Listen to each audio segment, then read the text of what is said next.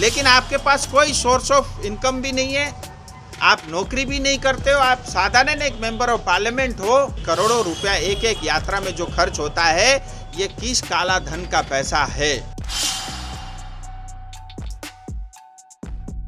से काम कर रहा है और तब कोई उसमें रिकॉर्ड नहीं रहेगा, तो इसको ईपीएफ और ये सही जो है और पीएफ जो डिपार्टमेंट होता है उस पैसे को अपने पास जमा करता है, उसमें इंटरेस्ट देता है, और पीएफ में आज भी बैंक के मुकाबले बाकी किसी भी जो जमा होते हैं, एफडी हो या आरडी हो, उसके मुकाबले ज़्यादा जो है ब्याज मिलता है। और ये प्रथा आज से नहीं कई सालों से, और हम सब लोग भी पीएफ में ज़्यादा से ज़्यादा पैसा रखते हैं क्योंकि वो सुरक्षित भी है और हमको ब्याज दर भी ज़्यादा मिलता है। लेकिन मालिक लोग जानबूझ करके, जिनके पास पैसे नहीं होते, बदमाशी से जो है पीएफ जमा नहीं करते। ये सच्चाई है और ये होता रहा है, लेकिन फिर उसके बदले पीएफ डिपार्टमेंट कार्रवाई करती है। मैं आज पीएफ के हमारे कमिश्नर, सिलीगुड़ी कमिश्नर को बोला हूँ कि आपने जो पीएफ जमा नहीं किया, कितनी कार्रवाई, मैं स्वयं साक्षी हूँ, मैं स्वयं जानता हूँ कितने लोगों की लीगल नोटिस गए हैं, कितने लोग जो है उस पीएफ डिपार्टमेंट से कार्रवाई प्रॉपर होती है।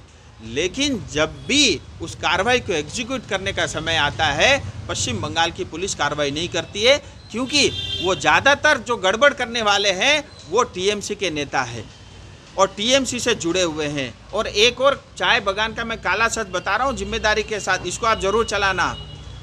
आज टीएमसी का जो काला धन है, नॉर्थ बंगाल के ज़्यादा से ज़्यादा जो बंद चाय बागान है उसमें वो काला धन आज यूज़ कर रहे हैं और दूसरे, तीसरे, चौथे व्यक्ति के नाम से चाय बागान को चला रहे हैं, क्योंकि काला धन जल्दी से रख नहीं सकते, सीबीआई ईडी पहुंच जाता है, तो काला धन आज चाय बागान में वो इन्वेस्ट कर रहे हैं। ये एक कटु सत्य है, ये भी मैं जिम्मेदारी के साथ कहना चाहता हूँ। मैं ये कहता हूँ पीएफ डिपार्टमेंट अपना काम कर रहा है और उन्होंने कहा कि लेबर डिपार्टमेंट केंद्र का है, पश्चिम बंगाल का नहीं है। वो इतने साल से सांसद है, उनको फिर भी इस बात की समझ नहीं है। जहाँ तक लेबर डिपार्टमेंट है वो कंकरेंट होता है, अगर कंकरेंट सब्जेक्ट नहीं होता तो पश्चिम बंगाल में लेबर मंत्री नहीं होता।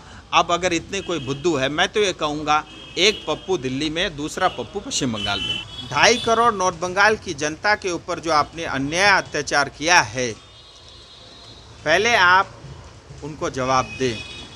नॉर्थ बंगाल की जनता सबसे पहले ये जानना चाहती है, आप कलकत्ता से चार्टर प्लेन में आते हो, बागडोगरा हवाई अड्डे में उतरते हो, आपके जाने तक चार्टर प्लेन खड़ी रहती है। बागडोगरा से आप कार्यक्रम स्थल में जाते समय 25 गाड़ियां का तांतला आपके साथ जाती है। पुलिस प्रशासन, जितने दिन आप रहते हो कोई काम होता नहीं, सारे कार्यालय ठप रहते हैं। आपके पास मीडिया से लेकर के, आपके सेक्रेटरी से लेकर के, यानी चमचे तक 5 स्टार होटल में ठहरते हैं। और जो है आपकी एक यात्रा में, मतलब सिर्फ चार्टर प्लेन के लिए 1 करोड़ रुपया दिया जाता है, बाकी होटल, गाड़ियाँ और जिस तरह के मंच आपके लिए 5 स्टार मंच बनता है, और जिस तरह से लोग को पकड़ पकड़ के, और लोग भी कैसे लोग लेके आते हैं, चाय बागान में इन्होंने हाजिरा कम रखा है, 205 रुपये देते हैं। सो जब भी नॉर्थ बंगाल में इनको कार्यक्रम करना होता है, चाय बागान के श्रमिकों के लिए चाय बागान बंद कर देते हैं और उनको 300 रुपया जो है ये लोग प्रदान करते हैं, और उन भोले भाले सीधे जनता को जो है ये गुमराह करके वहाँ पे भोजन देंगे, फलाना देंगे बोल के ऐसे पब्लिक इकट्ठा करके लेके आते हैं। नॉर्थ बंगाल की जनता आपसे जानना चाहती है कि आपकी एक यात्रा में 2 से 3 करोड़ रुपए ये जो पैसा खर्च होता है, या क्या ये जो गाय और गोरू की तस्करी होती है उसका पैसा है, या जो कोयले की स्मगलिंग होती है, चोरी होती है, उसका पैसा है, या बागडोगरा और कलकत्ता एयरपोर्ट में कभी बैंकॉक से कभी दुबई से जो सोने की स्मगलिंग होती है टीएमसी की नेताओं द्वारा, क्या यह उस स्मगलिंग का पैसा है? या पार्थ चटर्जी ने जो शिक्षा घोटाले में पैसा का गमन किया था और 50 करोड़ रुपया उनके घर से निकले थे, ये जो 40,000 करोड़ का जो शिक्षा घोटाला हुआ था, क्या ये उसका पैसा उसमें खर्च हो रहा है? आज नॉर्थ बंगाल की जनता ये जानना चाहती है कि एक साधारण मेंबर ऑफ पार्लियामेंट, मैं भी एक मेंबर ऑफ पार्लियामेंट हूँ, और मैं आज जो कुछ भी थोड़ा बहुत काम करता हूँ जनता के लिए, मैं अपनी तनख्वाह में से निकाल करके करता हूँ, उसका आप ऑडिट भी कर सकते हो। लेकिन आपके पास कोई सोर्स ऑफ इनकम भी नहीं है, आप नौकरी भी नहीं करते हो, आप साधारण एक मेंबर ऑफ पार्लियामेंट हो और आपकी अटेंडेंस भी मेंबर ऑफ पार्लियामेंट के नाते जीरो के बराबर है।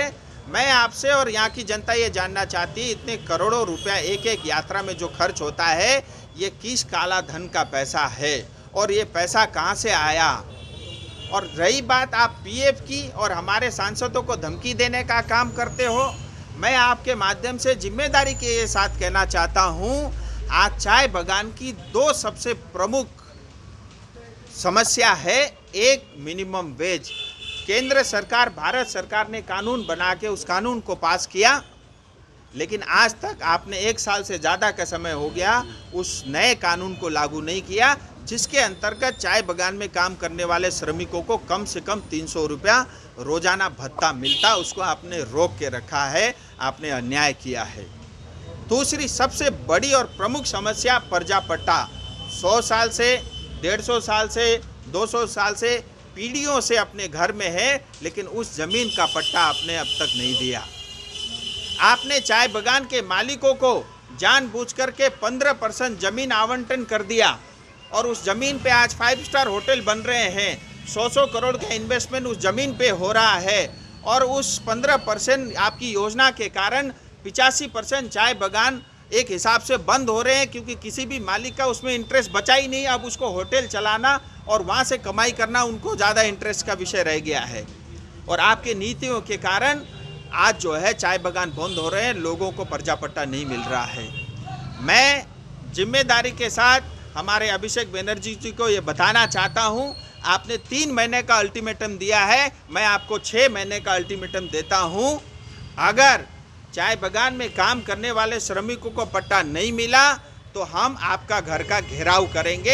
मैं 6 महीने का समय आपको दे रहा हूं। और किस काला धन, किस काले पैसे से आपने अपना घर बनाया है, महल बनाया, हम सब उसकी भी जांच करेंगे, उसको भी देखने आएंगे। का बोनस ना नेशनल हॉलीडे, और सबसे बड़ा है जो 6 महीने के बाद जो हम लोगों का जो है छटाई करने का एक इंटेंशन हमेशा